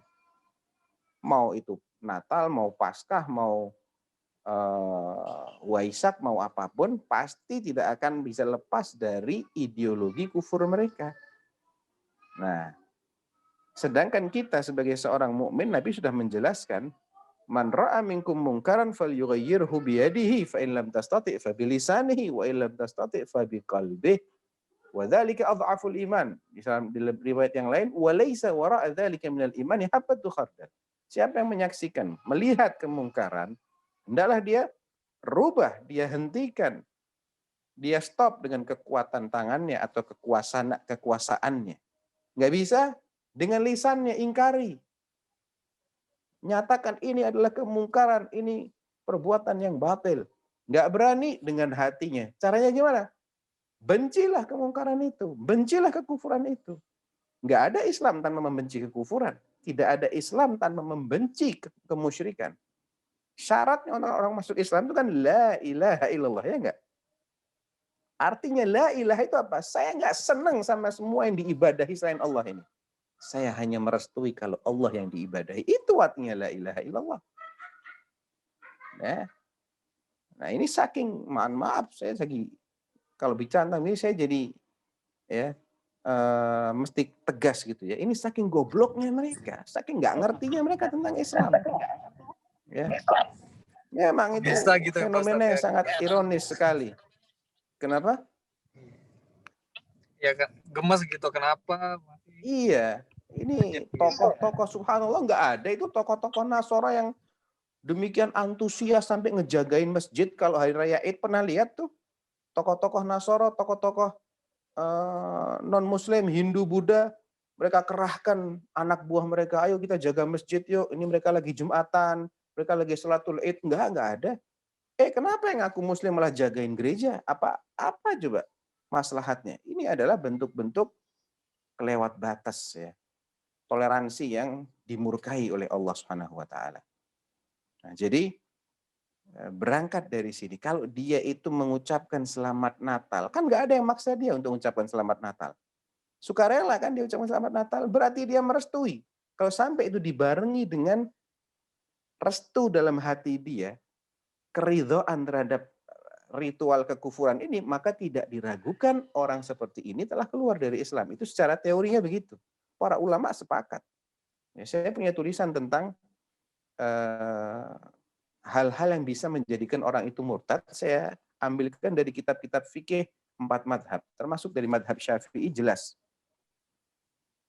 Ya, mungkin nanti di lain kesempatan kita bisa kupas itu. Tapi intinya seperti itu. Adapun pertanyaan yang kedua, orang yang mencintai Nabi dengan cara bersolawat, dengan solawat-solawat yang bid'ah. Ya. Kenapa kok bisa seperti itu?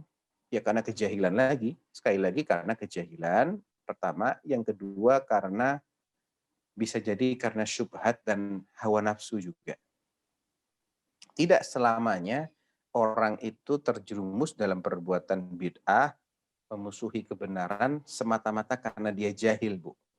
Tidak selamanya karena itu. Ada kalanya karena jahil, ada kalanya karena dia lebih memperturutkan hawa nafsu. Gengsinya dia, egonya dia yang lebih berperan di situ. Dia sudah tahu kalau dirinya salah.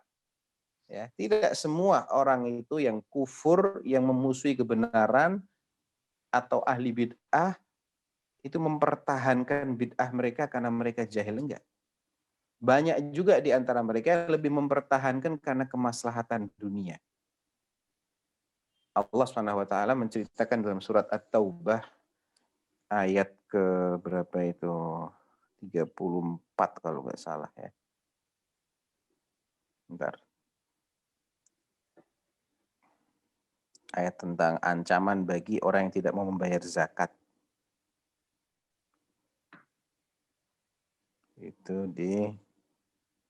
ayat 34 betul. Allah berfirman, ya ayyuhalladzina amanu. Peringatan Allah ini ditujukan kepada kita. Hai orang-orang yang beriman. Artinya kalau sudah ada ayat awalnya ya ayyuhalladzina amanu, kita disuruh perhatikan baik-baik apa yang Allah ucapkan setelah itu. Karena ini buat kita. Inna katsiran minal ahbari warruhbani. Sesungguhnya mayoritas pendeta-pendeta dan rahib-rahib itu.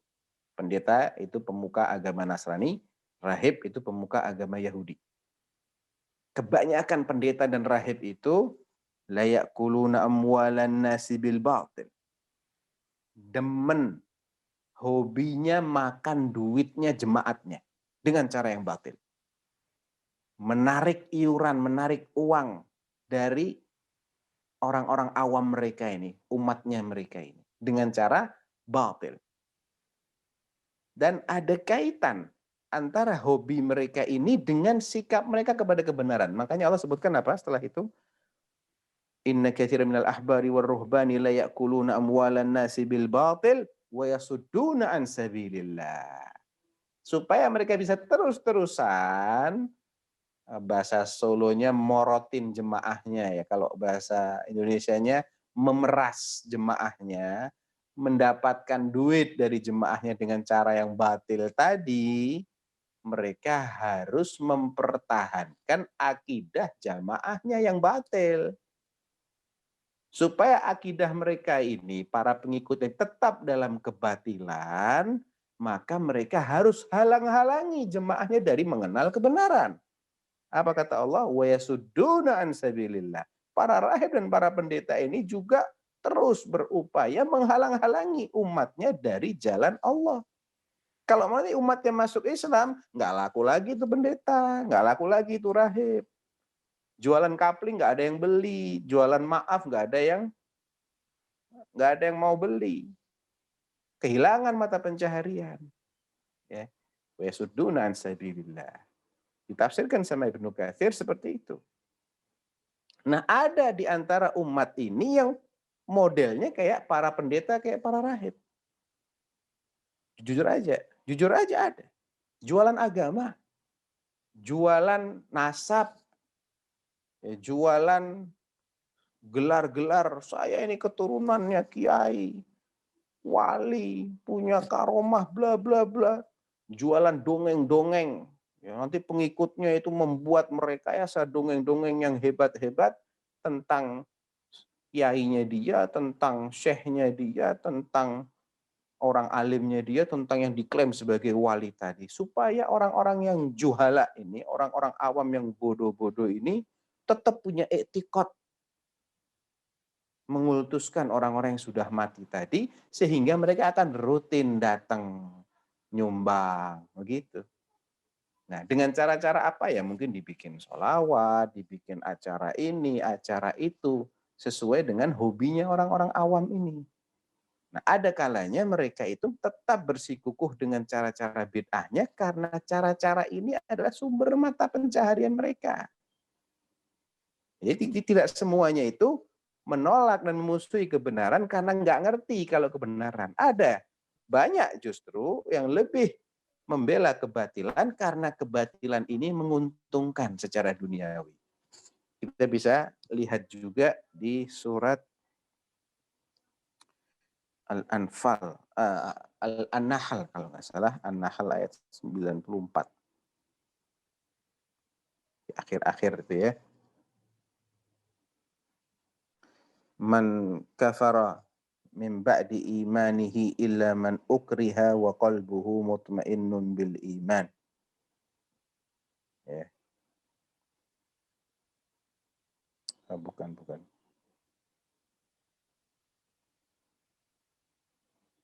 Man kafara billahi min ba'di imanihi illa man ukriha wa qalbuhu mutmainnun bil iman. Surat mana itu ya? Sebentar.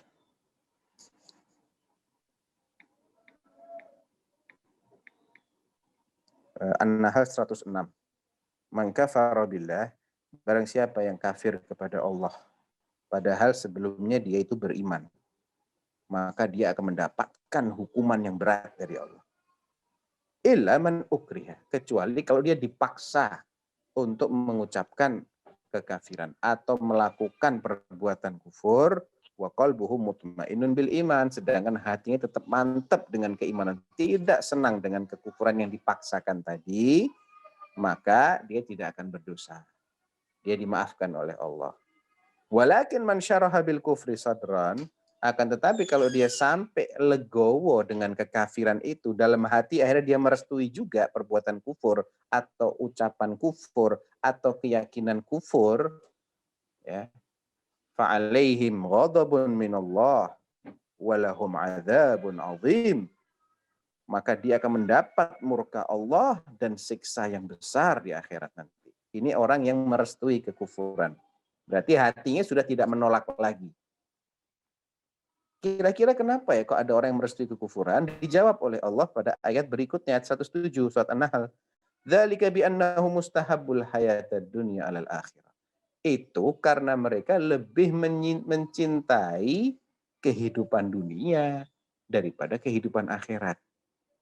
Lebih mempertahankan nasib mereka, kesejahteraan mereka di dunia. Mereka lebih takut kalau kehilangan penghasilan, kehilangan popularitas, kehilangan dukungan dari pengikutnya. Walaupun itu kompensasinya mereka tetap ada di dalam kebatilan. Karena itu, mereka tidak mau mengikuti kebenaran. Mereka tetap berada di dalam kebatilan karena kalau mereka yang ngikutin kebenaran, mereka kehilangan pengikut, kehilangan pemasukan, kehilangan dukungan, nggak populer lagi. Dzalika bi annahu mustahabbul hayatad dunya 'alal akhirah. Ya. Padahal di akhirat udah jelas nasibnya bakal celaka. Wallahu wa annallaha la yahdil qaumal kafirin. Allah kafirkan mereka. Dan sesungguhnya Allah tidak akan memberi hidayah kepada orang-orang yang kafir. Jadi orang-orang yang lebih mengedepankan maslahat dunia padahal dia sudah tahu dirinya itu di atas kebatilan, ini adalah karakternya orang-orang kafir. Jangan sampai seseorang mengikuti sikap-sikap seperti itu. Walaupun saya tidak katakan pelaku bid'ah itu kafir, tidak. Tergantung bid'ahnya juga. Bid'ah kan ada bid'ah yang mukaffirah, ada bid'ah yang ghairu mukaffirah. Ada bid'ah yang mengantarkan pada kekafiran, ada bid'ah yang tidak sampai mengantarkan pada kekafiran. Tapi alasannya apa? Salah satunya adalah karena mereka lebih mencintai dunia, materi-materi daripada kebenaran itu sendiri, atau karena kejahilan murni. Kalau karena kejahilan, mestinya setelah diberitahu dia rujuk. Kalau setelah diberitahu nggak rujuk, berarti bukan karena kejahilan, karena hawa nafsu tadi. Karena lebih cinta dunia tadi. Nah. Saya Ustadz, Tata Lila sudah terjawab kah? Sudah, itu ada Pak Deriptono satu lagi Ustadz mau tanya. Pak Deriptono, monggo Pak. Pak Deriptono duluan aja.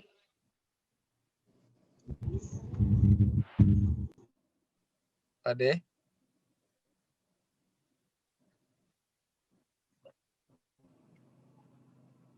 Pak Deriptono. Suaranya nggak kedengaran Pak De. Masih itu kayak mute kayaknya ya. Enggak. Jangan-jangan masih di mute mikrofonnya. Pak De mungkin tombol mute-nya. Nih, masuk ke sini aja. Di sini. Boleh Pak De. Ya. Masuk sekarang? Iya, masuk. Pak De, monggo Pak De. Waalaikumsalam. Mohon maaf saya baru pertama kali ikut pengajian ini. Tapi menarik sekali kajiannya kita hari ini mencintai Rasulullah. Pak Ustadz, gini, terkait dengan ucapan Natal, kita memang berada pada posisi yang tidak setuju ada orang mengucapkan Natal. Tapi memang faktanya banyak ulama, terutama ulama dari asal Mesir, itu menyampaikan itu. Dan masing-masing punya dalil. Nah, bagaimana Pak Ustadz caranya ya biar kita yang yang tidak mengucapkan juga tidak membangun jadi rasa kebencian kepada saudara-saudara kita yang Muslim yang mengucapkan, karena kan jadi lucu. Terus terang saya ada di waknya perdebatan Islam Kristen, serangan mereka tuh lihat orang Islam beda pendapat mulu, perang mulu, kalau pantas saya bunuh-bunuhan terus. Nah, itu loh Pak Ustadz. Kita tidak setuju orang mengucapkan Selamat Natal. Tapi bagaimana kita membangun tetap kita saling sayang sesama Muslim. Itu yang pertama. Baik. Yang kedua, dalam kita mencintai Rasul tentu banyak caranya. Banyak caranya luar biasa. Saya kira kalau saya memandangnya begini Pak Ustadz, kalau kalau selama itu tidak melanggar, gitu ya, tidak melanggar sesuatu hukum yang sudah ditetapkan secara jelas oleh Rasulullah, ya kita hormati saja, kan gitu Pak Ustadz. Apalagi kalau yang ngomongnya cuma sholawat, dan sholawat tentu jelas ada di Quran. Innallaha wa malaikatahu yusholluna dan seterusnya. Tapi lagi-lagi sama, bagaimana kita misalnya yang tidak juga memperingati Maulid, kita tetap bisa menghargai yang Maulidan, silakan. Karena memang Islam kan luas banget, Pak Ustadz. Saya pusing tahun ini, teman-teman saya orang-orang Arab di Uni Emirat Arab mengucapkan Selamat Natal. Pun saya ketemu dengan mereka di Mekah, Pak Ustadz.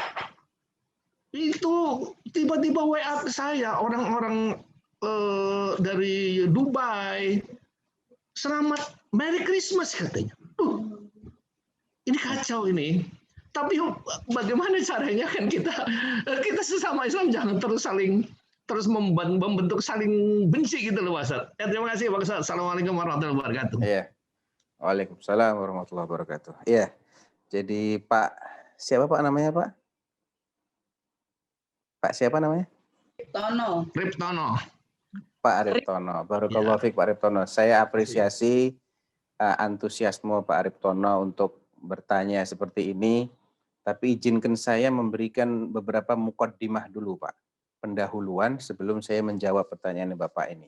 Karena pertanyaan Bapak ini tidak bisa saya jawab dengan singkat.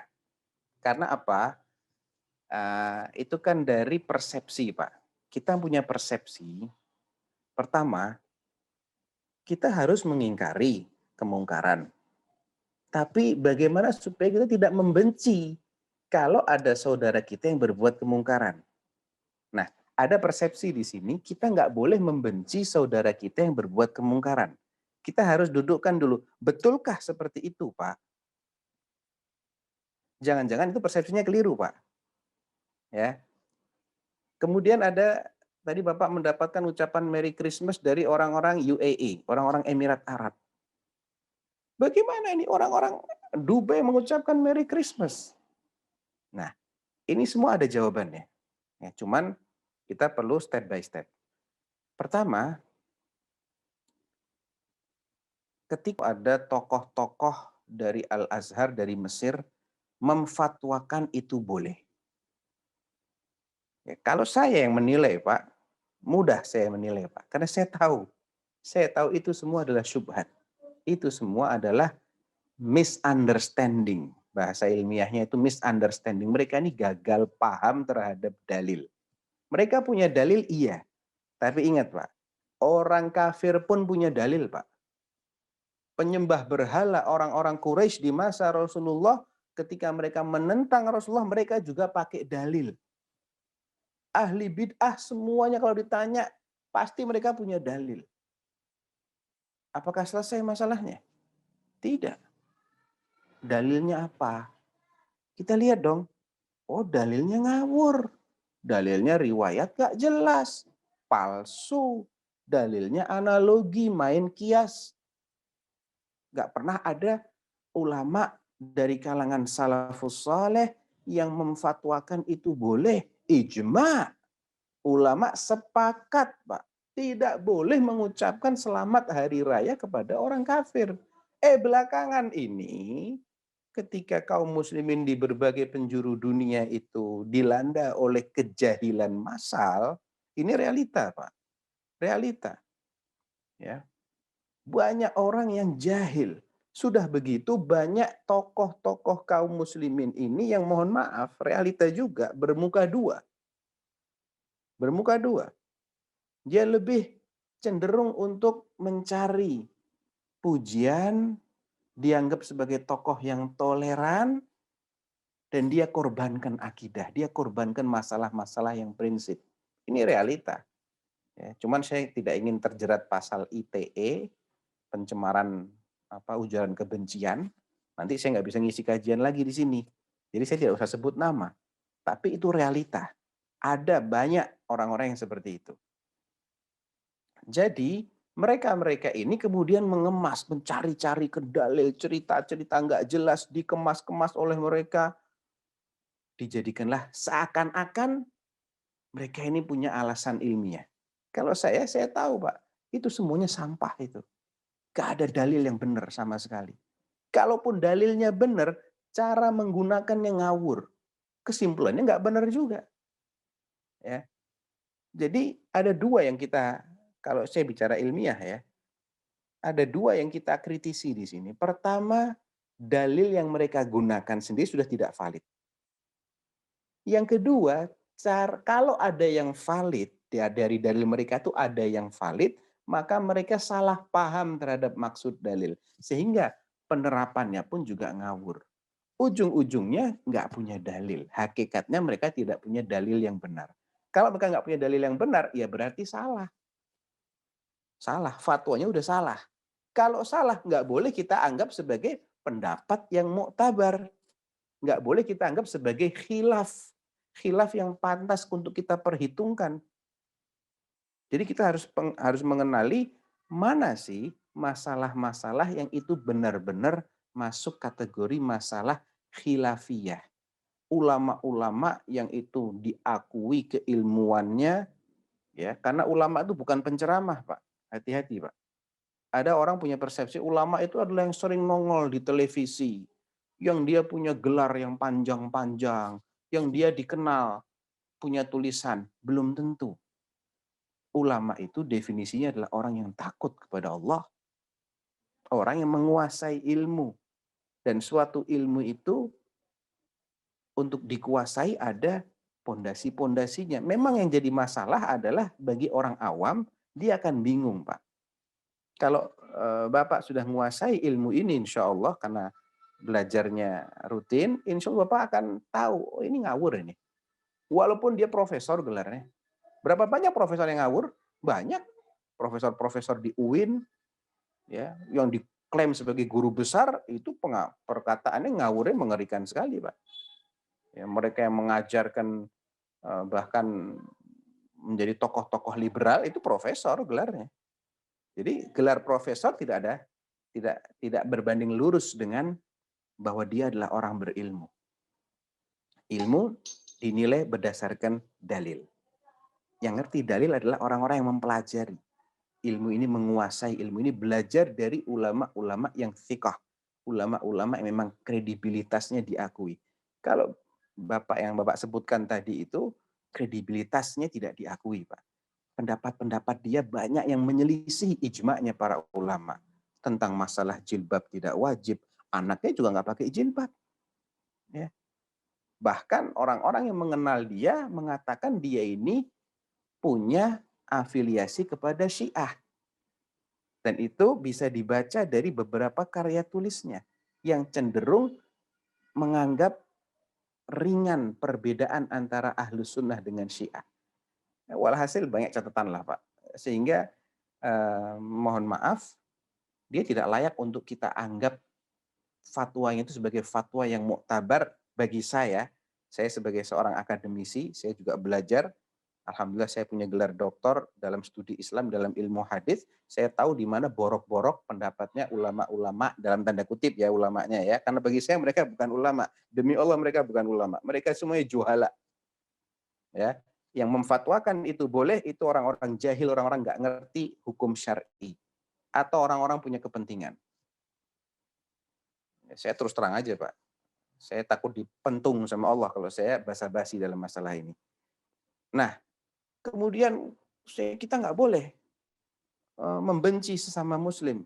Kalau membenci sesama muslim karena dia muslim nggak boleh. Betul, Pak. Tapi kalau membenci muslim yang berbuat maksiat karena dia berbuat maksiat, harus, Pak. Yang kita benci bukan zatnya, bukan pribadinya, tapi karena dia berbuat maksiat. Karena dia menyuarakan kebatilan, saya benci dia. Bukan karena dia muslim, bukan. Karena dia menyuarakan kebatilan. Ada yang kita cintai, karena dia masih muslim, kita cintai dia. Tapi karena dia banyak berbuat maksiat, kita juga benci dia. Jadi Ahlus Sunnah, akidahnya itu bisa bertemu antara membenci seseorang dan mencintai orang tersebut, bisa bertemu. Kalau dia itu muslim, masih sah sebagai muslim, maka ada kadar minimal dari loyalitas dan kecintaan yang kita harus berikan kepadanya. Tapi nggak sama dong antara seorang muslim yang baik, yang taat, yang istiqomah, yang menyuarakan kebenaran dengan seorang muslim yang seenaknya, yang suka maksiat, kadang belain kebatilan. Kalaupun dia tidak dianggap keluar dari Islam, kita masih anggap dia muslim, tetap kita nggak boleh sama dalam mencintai kedua tipe manusia ini. Nggak boleh sama. Ada kemungkaran yang dilakukan, kita benci kemungkarannya, kita ingkari dia. Kita ingkari. Biar apa? Justru kita mengingkari dia itu sebetulnya karena kita sayang sama dia, Pak. Kalau kita biarkan udah biar aja dia ngomong ngebacot, ya bahasanya Betawi itu, biar aja dia ngomong batil, biarin aja. Kita toleransi. Justru ini namanya kita membiarkan dia celaka dan membiarkan dia memperbanyak pengikutnya dalam kebatilan. Dan orang yang mengajarkan kebatilan, kemudian kebatilannya diikuti oleh banyak orang, maka dia akan menanggung dosa semua pengikutnya itu. Makin banyak pengikutnya dalam kebatilan, makin besar dosa yang dia harus tanggung. Kalau kita sayang sama dia, Pak, kita akan katakan, jangan ikuti omongannya si fulan, ini batil. Biar apa? Kesian dia. Tambah banyak orang yang tersesat, tambah berat siksa dia di akhirat. Jadi mindset kita juga kita mesti rubah. Nabi SAW mengingkari sahabatnya yang salah. Diingkari sama Nabi. Para sahabat juga saling mengadakan kontrol, saling mengoreksi di antara mereka. Ada yang salah ditegur sama mereka. Ini bukan masalah saya mengajak orang untuk membenci, bukan. Itu framing yang keliru, asumsi yang keliru. Kita membenci kemungkaran dia, kita membenci kebatilan dia. Kalau dia rujuk, kita cintai dia. Selesai masalahnya. Makanya rujuklah kamu. Jangan terus-terusan menyuarakan kebatilan. Tapi kalau semua orang yang mengenal kebenaran diam, tidak ada yang menjelaskan ini yang diucapkan adalah batil, bagaimana nasib umat? Di mana letak kuntum khaira ummatin ukhrijat linnas? Allah mengatakan begitu surat Al-Imran. Kalian adalah umat terbaik yang dikeluarkan oleh Allah kepada umat manusia. Kenapa ya Allah kita ini jadi umat terbaik? Simak ayatnya. Ta'muruna bil ma'ruf. Karena kalian senantiasa mengajak orang lain kepada yang ma'ruf. Kepada yang baik-baik. Yang baik menurut syariat, bukan baik menurut asumsi dia, bukan. Ma'ruf itu ma'ruf menurut Allah dan Rasulnya. Walaupun orang satu dia menganggapnya mungkar, nggak ada urusan. Karena manusia itu mayoritasnya jahil, Pak. Mayoritas manusia itu zalim, jahil, nggak ngerti, nggak senang kebenaran. Allah menjelaskan itu dalam Al-Quran, banyak sekali ayatnya. Jadi yang namanya ma'ruf itu adalah yang ma'ruf menurut syariat. Menurut Allah, menurut Rasulnya. Wa tanhauna 'anil munkar. Dan kalian juga senantiasa melarang orang-orang berbuat mungkar. Mungkar juga harus sesuai dengan apa yang dianggap mungkar oleh Allah dan Rasulnya. Itulah kemungkaran. Walaupun orang satu dunia bilang ini baik, ini toleransi. Kok dibilang selamat Natal itu jelek? Jeleknya di mana? Ya kamu orang jahil, kamu nggak ngerti. Saya tidak perlu ngikutin cara berpikir kamu. Allah tidak menyuruh saya untuk mengikuti pendapat Anda, enggak. Allah nyuruh kita ikut Allah, ikut Rasulnya SAW. Itulah kebenaran. Di luar ini batil. Yang bertentangan dengan apa kata Allah, apa kata Rasul, batil semuanya. Nggak ada. Nggak mungkin. Ucapan Allah A, ucapan orang-orang B, dan dua-duanya benar. Nggak mungkin. Cuma satu kebenaran. Famadza ba'dal haqqi illa dhalal. Apa setelah kebenaran kalau bukan kesesatan? Jadi kita harus samakan dulu Pak persepsi kita. Ya, sepakati siapa yang berhak bilang salah, bilang benar. Saya bukan. Quraisy Shihab bukan. Syekhul Azhar bukan. Siapa yang berhak? Allah dan Rasulnya. Caranya bagaimana? Dalilnya mana? Oh dalilnya ada. Lihat dulu dalilnya. Ada hadis. Hadisnya sahih apa enggak? Siapa yang berhak menghukumi sahih atau tidak? Ahlinya hadis. Siapa ahli hadis? Quraisy Shihab? Bukan. Adalah orang-orang yang diakui ilmunya dalam bidang hadis oleh para ulama ahli hadis. Kalau dia nggak diakui ilmunya, dia bukan seorang ilmuwan. Percuma orang punya gelar kalau nggak ada yang ngakuin dia sebagai ahli di bidang ini. Percuma kan? Demikian juga ahli hadis harus ada pengakuan. Mana buktinya dia ahli hadis? Tidak ada yang mengatakan dia ahli hadis, sehingga dalil-dalil yang dia jadikan sebagai dalil, kalau dia sendiri yang mengatakan sahih, nggak bisa diterima. Nah, ini metodologinya panjang, Pak, sebetulnya. Cuman sekali lagi, ya, agama ini bukan milik saya, bukan miliknya fulan, bukan milik, agama ini milik Allah Subhanahu wa taala. Nggak boleh sembarang orang bicara dalam masalah agama. Yang boleh menjelaskan hak batil, halal, haram adalah Allah dan Rasulnya melalui kitabullah, melalui sunnah Rasulullah. Nah, cara memahaminya juga harus standar. Cara memahami yang diakui sebagai pemahaman yang tepat, yang selamat adalah pemahaman para sahabat Rasulullah Shallallahu Alaihi Wasallam. Dalilnya juga ada dalam Al-Quran, dalam surat Al-Fath ayat 26, dalam At-Taubah ayat 100, An-Nisa ayat 115, dan banyak lagi ayat-ayat yang lain yang menunjukkan bahwasanya pemahaman sahabat ini terjamin karena Allah sudah meridhai mereka. Allah sudah menyatakan radhiyallahu anhum wa radu anhu wa a'adda lahum jannat tajri min tahtihal anhar. Allah meridhai mereka, mereka pun juga ridho sama Allah. Allah siapkan bagi mereka jannah. Sudah garansi, Pak, dari Allah Subhanahu wa taala. Jangan ikutin pemahaman yang lain yang enggak jelas. Pemahaman para sahabat bagaimana? Itu yang menjadi patokan kita untuk memahami kitabullah, untuk memahami sunnah Rasulullah. Enak kan? Baku gitu loh, standar. Kalau menurut saya nggak ada habisnya. Itulah yang menjadikan perselisihan yang tidak berujung. Tapi qadarullah wa masya'a fa'al. Ini sudah terjadi. Bagaimana kita menyikapi? Tetap kita harus menyuarakan kebenaran. Nggak peduli, Pak, orang mau sakit hati, orang mau benci, konsekuensi, Pak. Konsekuensi. Jangankan kita, Nabi aja dibenci kok. Nabi yang sudah baiknya luar biasa, tetap aja dituduh engkau pemecah belah persatuan kami. Engkau ini pendusta, engkau begini, nggak suka dengan ajaran nenek moyang.